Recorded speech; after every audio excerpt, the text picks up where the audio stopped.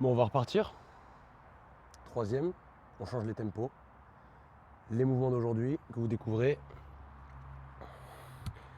Donc c'est sensiblement les mêmes que la dernière fois. Je crois qu'il y en a peut-être un ou deux de nouveaux. Et à la fin, je vous mettrai le puzzle tel qu'il est maintenant avec la combinaison des mouvements des deux premières séances et de ces deux prochaines là. Donc let's go les gars, c'est parti. Jumping jack. Ça vous connaissez maintenant. Les épaules mobiles mais stables. Hein, en bas, en arrière. Bien grand. Bon, je vais avoir besoin de mes anti-sèches. Montée de marche le prochain. C'est pour ça que j'ai mis un kéron. Let's go. Vous allez voir de quoi il s'agit. Boum, boum. Et on alterne. Et je monte ce genou. Et on est bien grand, toujours. Toujours très grand. On commence à bien tout de suite. On met en place la respiration. Grande amplitude respiratoire. Après j'ai mis quoi, ouais. Après les bons squats. Très bon exercice.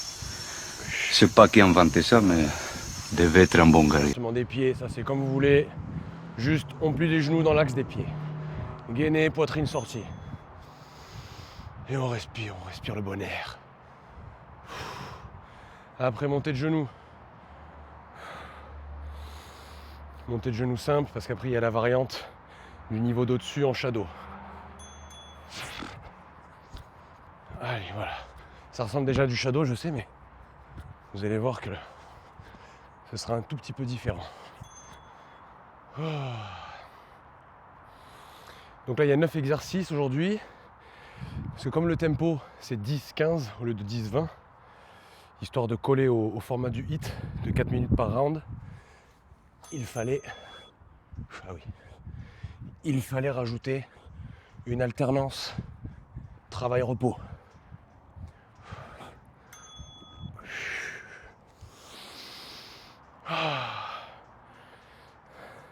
Après, c'est la shadow genou. Vous allez voir qu'il y a beaucoup plus d'amplitude. Comme si on cherchait à mettre un coup de genou en fait. Donc en garde.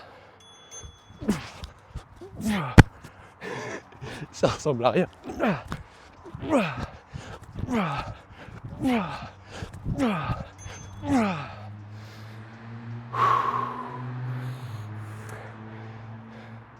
Crunch, cheval, jumping jack. Allez, crunch important. Ça va me permettre de vous les apprendre. On détend les cuisses, on détend les fléchisseurs de hanches. On a notre cambrure naturel. On n'a pas le dos collé au sol. Et on essaie de vraiment cibler les grands droits, la sangle abdominale, aux dépens des fléchisseurs de hanches qui ne nous intéressent pas du tout. Posture du cheval. Boum. Donc voilà, vous l'aurez capté. Ce niveau au-dessus, c'est juste qu'on a 5 secondes de repos en moins. C'est tout. On progresse comme ça. C'est comme ça qu'on va avancer de niveau en niveau, en se retirant du repos ou en augmentant le temps de travail. Après j'ai dit quoi, putain merde. Ah oui, on termine ce round jumping jack. Ouais, la poitrine bien sortie. Donc là, a priori, round terminé. J'espère que vous avez bien fait les deux premières, que vous les avez même fait plusieurs fois pour les grands débutants. Ce serait pas mal pour être sûr que, comme je vous disais la dernière fois, pour être sûr que vous ayez une belle marge de progression et que surtout vous ne vous dégoûtiez pas, que vous vous sentiez progresser, que vous vous sentiez prendre du plaisir au fur et à mesure. Ceci c'est pour faire les séances à chaque fois qu'elles sortent. Mais ne pas être sûr d'avoir vraiment complété le niveau précédent, ouais, déjà vous allez morfler. Et puis toutes les conditions seront réunies pour abandonner en fait. Sauf que nous on ne veut pas abandonner, comme je disais la dernière fois, c'est le dernier début de notre vie. C'est le dernier début de notre vie. Bon, ça en fait déjà un, il en reste 2 pour certains, selon le temps que vous avez, 4 pour les autres. Qu'est-ce qu'on change sur celui-là? On se met un petit peu dans le mal direct. Enfin dans le mal. On pump. Donc on va faire essentiellement les mouvements cardio. Mouvements statiques et crunch, on ne le fait pas. Allez, go. Donc on repart jumping jack. Voilà, rappelez-vous sur les mouvements à fréquence comme ça. On dissocie la fréquence du mouvement de la fréquence respiratoire. Surtout, on ne fait pas. Voilà. On va s'épuiser pour rien, comme je l'avais dit déjà la dernière fois. Je recycle ce que je dis. Boum. Allez, on a dit. Que les mouvements dynamiques, que les mouvements de cardio.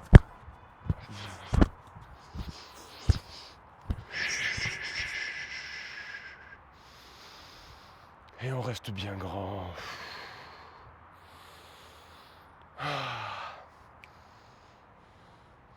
La mémoire de merde du gars.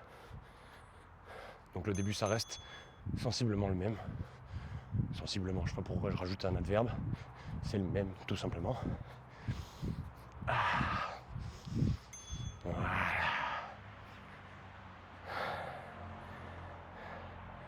Pompe, on enlève. Ça pumpe pas trop ça. Donc on va de nouveau faire, allez, jumping jack. Ouais. Allez, on accélère un petit peu. Ouais, comme je vous avais dit la dernière fois. Normalement, sur le 8, pendant le temps de travail, quel que soit le mouvement, on est censé le faire à fond.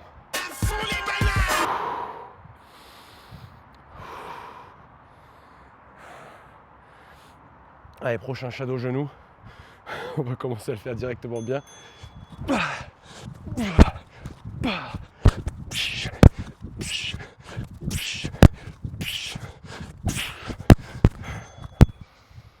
vous voyez, j'ai un peu synchronisé avec la respiration, c'était de la merde.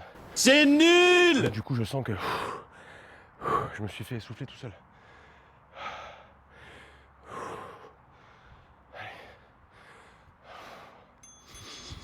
Allez. De nouveau le jumping jack. On est grand. T'es grand aujourd'hui!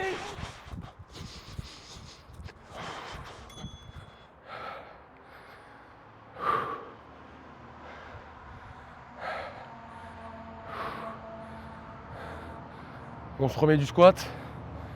Mettre comme ça, c'est un peu en pente. J'ai mal choisi mon endroit.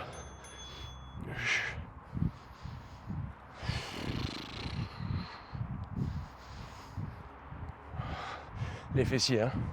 N'oubliez pas de bien ancrer, bien appuyer sur les talons pour bien travailler les fessiers. Oh. Et mine de crayon, hein, mine de rien, mon gars. Il bat ce cœur. Il accélère ce cœur là.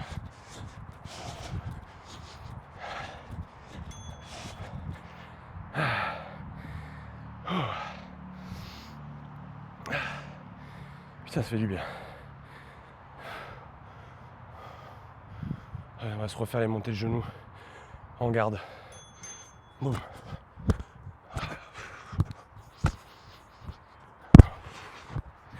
Je m'amortis en même temps pour pas que le micro claque trop. Ça y est, vraiment même la peau avec cette merde.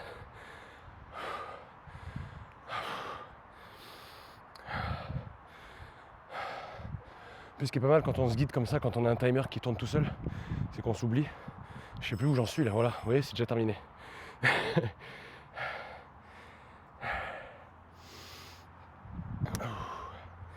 Et on récupère, on respire. On est bien grand.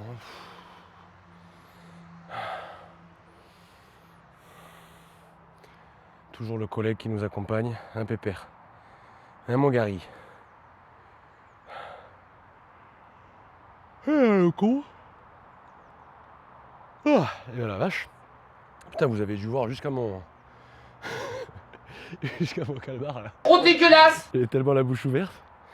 Le prochain. Bon, on n'a pas encore de rowing, de trucs comme ça. Ça d'ailleurs serait pas mal, je vous le dis maintenant. Acheter un élastique à la con là, une sangle, pour qu'on puisse ensuite pouvoir avoir plus de mouvements de dos, notamment les rowing. Voilà, on met les deux pieds sur l'élastique, on prend les deux bouts et on pourra se faire des rowing parce que pour l'instant, en haut du corps, on n'a que les pompes. Et bon, les pompes, c'est pec et deltoïde antérieur. Donc qui dit travailler à pousser, il faut travailler aussi les tirages. Donc ouais, achetez-vous un élastique d'ailleurs, je voulais en prendre un pour vous montrer ce à quoi ça ressemble. Et bon, j'estime que vous savez, c'est une sangle quoi, de différentes... Ouais, je suis paumé donc je refais ça, ok? Je suis un mec, hein, il y a des choses que j'arrive pas à faire en même temps.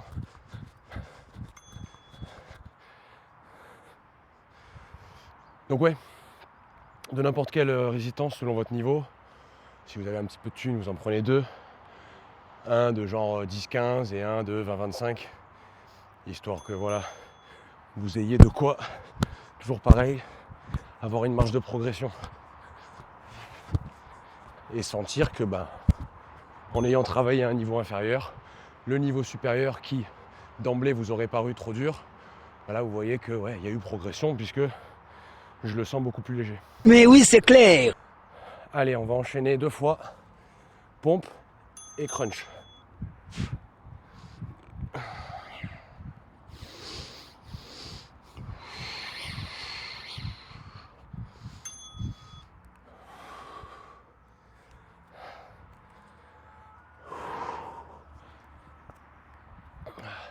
Je sais même pas si je suis centré depuis tout à l'heure, j'ai l'impression que je suis plus à gauche, mais on s'en tape. Allez, on détend. Soit jambe droite, soit c'est vrai que moi j'ai tendance à faire plus comme ça. Et on cherche vraiment à faire en sorte que cette relevée de buste, on la doive uniquement, oui. Il faut que, plus subjonctif, Ta gueule! qu'on la doive uniquement au grand droit et pas au fléchisseur de hanche qui, comme je vous ai dit la dernière fois, ramène le genou sur la poitrine. Et donc avec fémur fixe, mais en fait, il ramène le buste vers le bassin. Dans un sens. Je redis parce que j'ai l'impression, même moi je me suis pas compris. Rachis fixe, le fléchisseur de hanche ramène le genou sur la poitrine. Fémur fixe, il aide à ramener le bassin. Le buste vers le bassin. Allez, on repart. Donc là, on essaie vraiment de contracter, même au mieux, de rester en tension. Rester en tension, sentir la contraction, sentir même peut-être des picotements, une petite congestion qui viennent, mais vraiment, vraiment, vraiment aux dépens des psoas. On ne veut pas du tout les sentir. Bon, il n'y a pas d'ordre. Hein. Sur le premier, il y avait un genre d'ordre. C'est comme ça que j'ai écrit et choisi les mouvements. Mais après, vous aurez compris que vous suivez le timer. Vous faites comme je fais, si vous voulez. Vous pouvez faire le même mouvement que celui que je suis en train de faire à l'instant T. Mais sinon, vous suivez le timer et vous rajoutez le mouvement que vous voulez.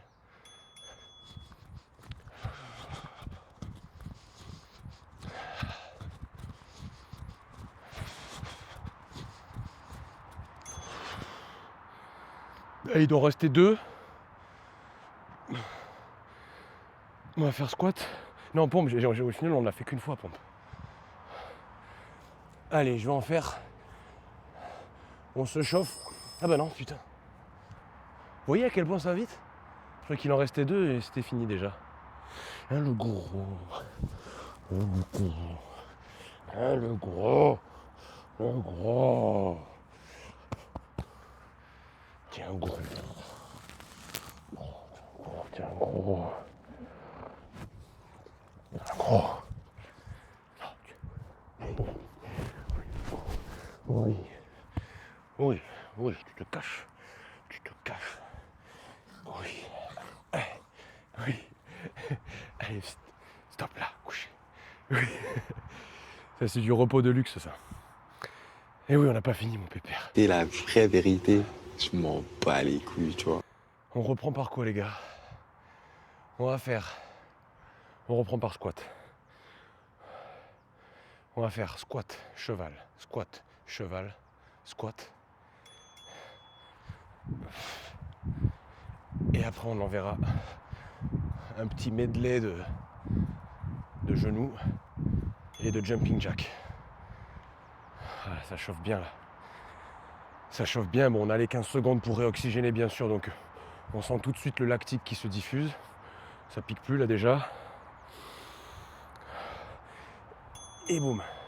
Et on le refait monter comme je vous ai dit la dernière fois, même si c'est pas normalement le choix de mouvement qu'on utilise, que l'on fait pour le hit. Sauf qu'à force qu'on avance dans les rounds, il est évident qu'un mouvement isométrique nous empêche de bien oxygéner. Mais ça je vous l'avais dit la dernière fois. De toute façon je vais être amené à me répéter pas mal de fois, il faudra m'excuser. Ou pas. Je m'en tape complet. C'est parce que c'est pour vous les gars. C'est pour vous les gars.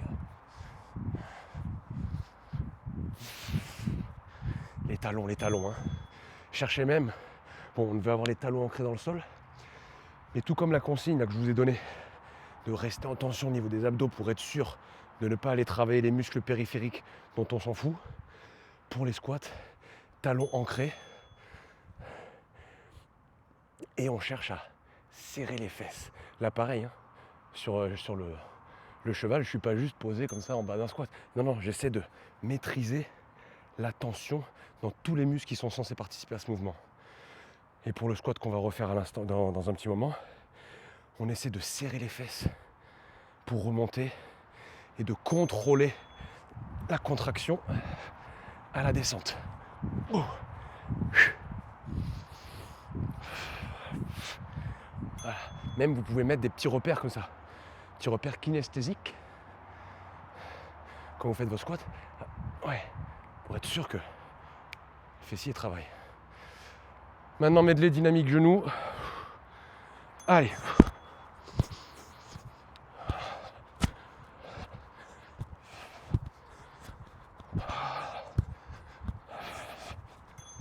Boum. Tranquille. Et on remet de l'intensité avec un mouvement que j'ai mis dans la catégorie. Je sais plus dans quelle catégorie c'est. Début amateur. On remet. Et on explose. Petit rebond. Boum. 1, 2, boum. 1, 2, boum. Oh l'enculé.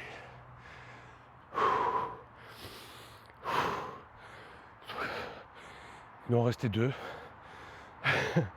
Je sais jamais si je me feinte encore. Et on repart. Allez. Bon, les premières, c'est évident. Elles vont être basiques. Comme je veux parler à tout le monde, les mouvements, c'est sensiblement les mêmes.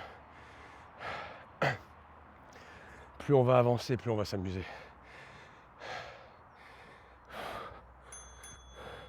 Ça aussi, c'est un genre de biais cognitif que je vais mettre en place. Faire comprendre que dans le sport, dans l'activité physique, se mettre dans la tête que plus on progresse, et donc plus on se rend la tâche difficile, plus on s'amuse en fait, parce que plus on débloque de possibilités. Voilà. Chose qu'on... Non, moi je crois qu'il faut que vous arrêtiez d'essayer de dire des trucs. Chose à laquelle nous sommes totalement aux antipodes quand on est vraiment amateur. Parce qu'on se dit, le sport après c'est rébarbatif, c'est toujours la même chose. Ben non, plus on progresse, plus on a de cordes à son arc, plus on peut faire de choses, de diverses intensités, de diverses longueurs, de durée de séance. On peut jouer avec beaucoup plus de paramètres.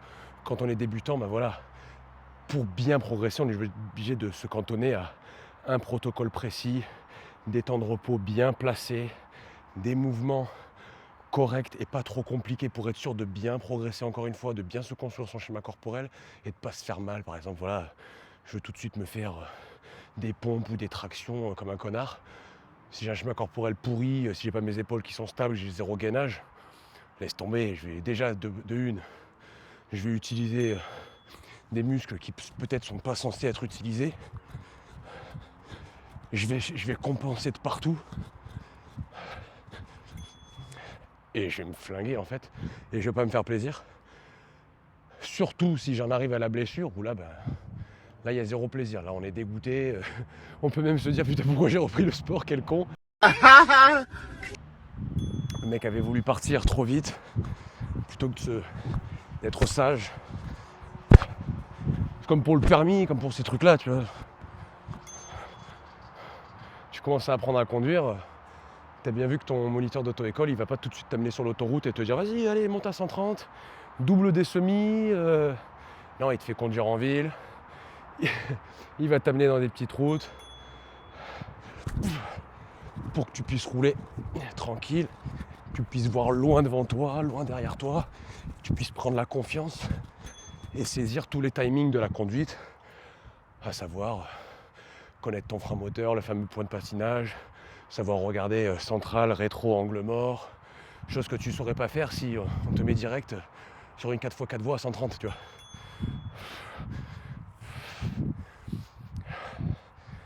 Là c'est pareil.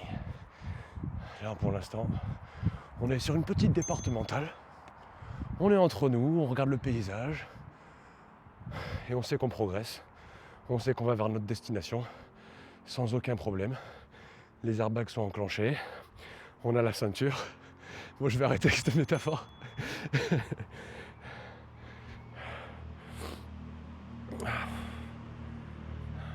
Poitrine, hein, on n'est pas là. Allez, pompe. Tu me grappilles de la place, toi, mon gros.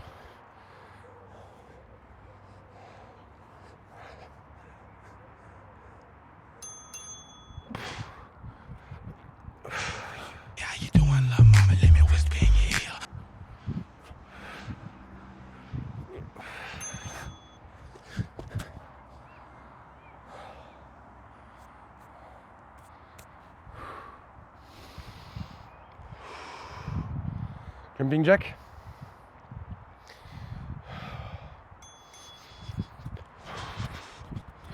Allez, pour ceux qui n'avaient que environ 15 minutes, c'est bientôt fini, les gars.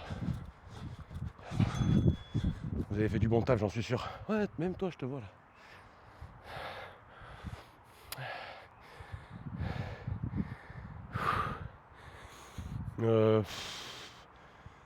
Allez, les coups de genoux de Mongolien. 1, 2. Pareil pour les genoux. Ce que je vous ai expliqué pour les crunchs. J'utilisais majoritairement, même exclusivement la sangle abdominale. Pour ce qui est coup de genou, pareil. On ne cherche pas à se reposer uniquement sur le fléchisseur des hanches. On veut que ça vienne, on rigidifie abdos et boum, et on l'envoie. Comme je vous ai dit la dernière fois, je l'ai utilisé combien de fois cette tournure là. Comme je vous ai dit la dernière fois, la sangle abdominale, elle fait le liant entre ceinture pelvienne et ceinture scapulaire. Si vous n'avez aucun gainage, et surtout si vous ne cherchez pas à vous rigidifier ici quand vous faites des mouvements explosifs, l'énergie que vous allez mettre dans le sol pour vous éjecter, elle ne sera pas répercutée vers le haut si le liant n'est pas fonctionnel. Ça ferait un truc... on serait tout ratatiner. Donc, boum, boum, ça vient de là, boum, boum. Bah. Tout est lié. C'est un schéma corporel qu'on essaie de construire. Ah merde, c'est violet là. Attends. Ah mais non, c'est parce que putain, je me suis planté dans mon timer. J'ai mis que la version 3 rounds. C'est pas grave.